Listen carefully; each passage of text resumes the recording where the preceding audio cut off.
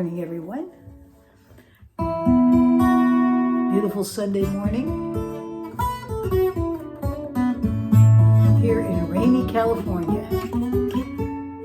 And I'm sitting here with a 12-string today. I have it capoed up. I just did it for the fun of it. Sometimes I like the sound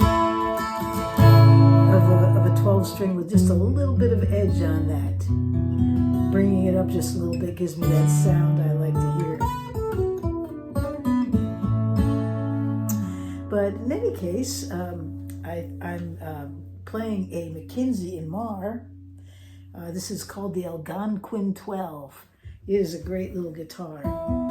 An amazing price too. This thing plays beautifully. Not to mention it's very balanced. Just very easy action.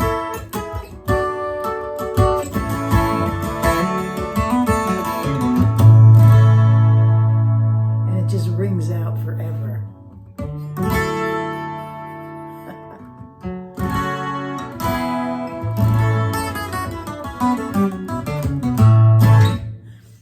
But today I thought we would talk a little bit about how do you practice? This question's come up several times, and I kind of didn't answer, because, mainly because even as I get older, I find myself playing more than practicing. I don't know if you know what I mean, but practice is a good thing, especially, well, you should always practice. I don't care at what level you're at. You never arrive, and there's always a goal that you can make, and that would be better than where you're at. So practice is a good thing, and having an approach is a good thing. And so I put some thought to it. I really didn't answer the question before, but I'm going to try to answer it today. But before we get started on that, just again, I want to remind you that Tuesday we are going to do a live, and I figured out a way now that I can be a little more mobile, because I found a new app to do this with called Prism. So we're going to try that for the first time, going live. In fact, I understand it actually puts out a better quality signal. So I'm hoping that's true, so that if I pick up a guitar, it won't wave in and out. So the live is coming up on Tuesday. We're going to do a Hall of String visit amongst the question and answer period. And it's Christmas time. It's the holiday time. It's not just Christmas, but it's just, this is the year end when celebrations happen, family gatherings and fun and appreciations. We have Thanksgiving coming up on Thursday. So Tuesday's going to be a fun day to kick off the holiday season. So that's going to be at 6 o'clock on Tuesday evening. I hope you join us. I did put the announcement out on my page if you want more information. The other thing is that don't forget to send in that Christmas card to me. You'll find the post office box under the description. All you have to do is look where the title is of the video that you're watching, and just below it you'll see the word more. When you click on it, it drops down and the description is there. If you don't see the address, it's because it's at the end. You might have to hit another more, one more time to drop it further down so that you can see that. And you'll also see an email. If you ever want to send me an email, feel free to do that. It is there, and you can send me an email, but you can also send me a note if you want in the mail. The post office box is there. But if you send me a Christmas card, I'll send you back a Christmas card. I just thought a Christmas card exchange would be fun. And furthermore, I'm going to put my new logo sticker in your Christmas card, so you'll get that. I mean, I don't know what you'll do with it, but hey, maybe you're like me and have a wall of stickers, and I add it to it like a trophy. So that's coming up Tuesday. I do have a membership page now. I think everybody knows that. If you want to join, I did recently put out 2 more videos. These are not public videos. They're only to the members. I have a couple more I'm working on. I haven't put them out yet. That particular bank of videos will grow too, but they won't be for public. They will be for those that join the membership. It's not super expensive, but it does support the channel, and I do appreciate it. And so that's coming up. And so let's move on and let's talk about practice. Now, I think what's most important in learning guitar is that no matter where you're at, you need to have a focus. You need to know what you want to be when you grow up. I mean, this is true for many things. If you go to school and you're getting an education, you need to find a focus, because if you just bounce around from class to class, chances are when you get all these, you're going to get a lot of classes in, but you won't be able to graduate because you didn't focus. You didn't have the elements you needed. And so it's true with guitar. You know, there's all different types of guitar. There's rock, there's jazz, there's soul, there's metal, there's Christian, there's gospel, there's, of course, the one style that probably influenced them all, blues and so on. So, you know, what is it you want to focus on? That's, I think, number one in terms of practice, is having a focus so you're not jumping all over the place. And it's not to say that you can't learn more than one style, but, you know, set some goals and start working at one at a time, or you know, set up a schedule for how you're going to approach more than one at a time. But don't just jump in there and move from around, because you may never arrive to any of them if you don't focus. So I think that's my number one thing, is setting a focus. Decide what style you want to learn. You know, and you know, you might it comes down to whether or not you want to learn finger style versus maybe you want to learn rhythm. Or maybe you need to learn both, but nevertheless, you need to, when you set up your time to practice, have a focus for that practice. In fact, it's probably a good idea to write it down. You know, if you're just starting out, you know, set a goal.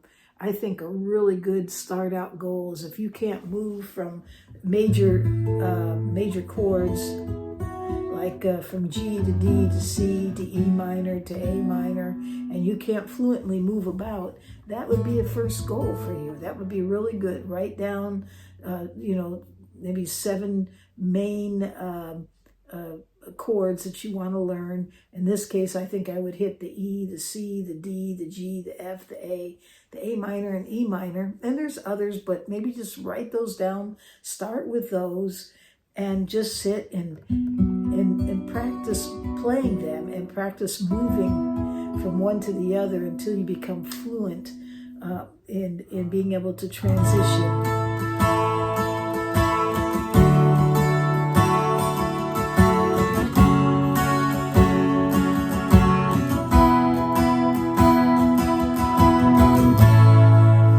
That's your goal, write it down. If you don't have that yet and you can't move from chord to chord, then maybe that will be your first goal. Many of you are well beyond that. Some of you are much more advanced. Some of you are more advanced than I am in terms of theory as well. I noticed there's some of you that come back with answers that I do appreciate hearing. You know, we're all at different levels. So whatever it is you need to learn, write it down. Set a goal, set a focus, and start working on that. It might be something like arpeggios. I brought this up on yesterday's video to learn the G arpeggio, or perhaps you want to learn the C arpeggio. You know, get yourself the chord charts. I'll put them up there. You can see them. And just sit and practice those. Spend 10 minutes a day just on one of them. Just pick one until you become fluent and it becomes real comfortable. And you can go frontwards and backwards, or however, but practice that. If you're just starting out, it's probably a good idea to stick to one guitar too. I'm just going to throw that in there. Like, for instance, I play many different guitars, and right now I'm playing a 12-string. But I don't know if you noticed, but I haven't been playing a 12-string in a while, and it's wider. So So now I got to get used to this. And, you know, it doesn't take long to warm up to it. But if you're just learning out, probably best to stick with one and something that you're comfortable with. Have a place to practice, you know, find some place that you don't have a lot of distractions if it's possible. I mean, if you got babies running around or barking dogs like me, I mean, there's just, you can't get away from it. That's just life. But if you can find a time and set even a certain amount of time per day that's non-distracted, that's great. But such is life. And if you get distracted, oh well, go back and try it again. I think it's a good idea sometimes, like if you're playing with a group, your goals are going to change because now you're probably focusing on specific songs that you're playing together. And so taking those songs and having set time to focus on one or two of them during that period of time to be able to play them, set that goal, be able to play without an error, set that goal to be able to play that song, perhaps memorize. It's something I don't do well. I tend to have to go back and look at chord charts while I'm playing. I don't know, maybe it's my age, maybe it's I just didn't spend enough time to get it hammered in. Because some things I do remember and other things I don't. So I guess we're all different. And perhaps with age it becomes more challenging, I don't know. I'm not going to claim it quite yet. The only time I claim my age is if there's a discount involved, and then I'll claim it. I think sometimes it's a good idea that when you're practicing to record yourself and then listen. A lot of times I haven't practiced with a metronome, which is a good idea as well. But I'll practice and play it and I'll listen, and I can hear myself just go off a little bit just by listening. Otherwise, I probably wouldn't have known that, hey, you're not on. So that's when you need to pull out that metronome especially, so that you have something that's going to keep you on. You'll know if you're off, if you're playing with a metronome. And it's a great way to practice, and it trains your ear to hear, and it does make a difference. If you don't have a looper, you can record yourself on a computer, any computer now, even just video yourself, and then play it, and then try to play a song around it. You might play the rhythm, then play the melody. It's a lot of fun. I think it would add to a practice because it teaches you to move about your fingerboard. Find an inspiration. You know, I think I listen to different players that I just admire so greatly that have mastered the guitar. And it inspires me when I listen to them because I can see, you know, hey, I want to be able to do that. How do they do that? How do they bring that in to where that is sounding so beautiful and so full? And so I love to listen to others because it inspires me. And I think it's a good idea to do that. Find people that play better than you. Find people that play better than you and sit down and play with them. You know, it's amazing what you'll learn when you do that. But even if you find people that you just are all at certain levels, like at a jam session, it is so much fun and so rewarding in terms of learning. Finally, you know, if it needs to be, and there's so much you can learn on YouTube now. I mean, they call it YouTube University, and it's so true. You can learn a lot, but there's also a lot of apps out there. I brought this one up before. It's TrueFire. It's an excellent app. I've used it for quite a while now. I am a member, and it's well worth the money because you know you're learning from the best. So there's a great place to get. You know, you pay a small fee at the beginning of the year, and you have access to every type of master guitar player there is out there. I very much enjoy that channel or that app called TrueFire. I think you need some one-on-one, then find someone that teaches in your area that is a halfway decent teacher that can sit down, listen to you, share with you where they might feel that you might benefit to focus, help you, you know, create that plan of practice so that you can stay on it during the week and then come back together every week or every other week and look at where you how you have succeeded in that practice plan, and then readjust it again and keep at it. There's a lot of growth that comes from that.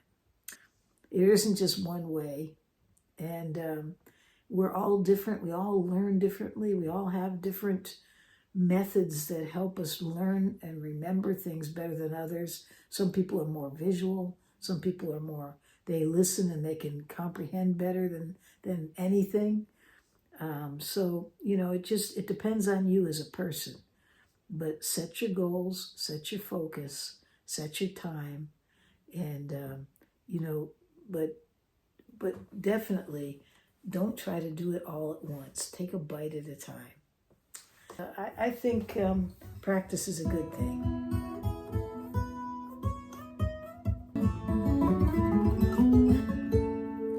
All right. Well, I'm going to leave it right there, and I hope you have a great day or night wherever you are in this world.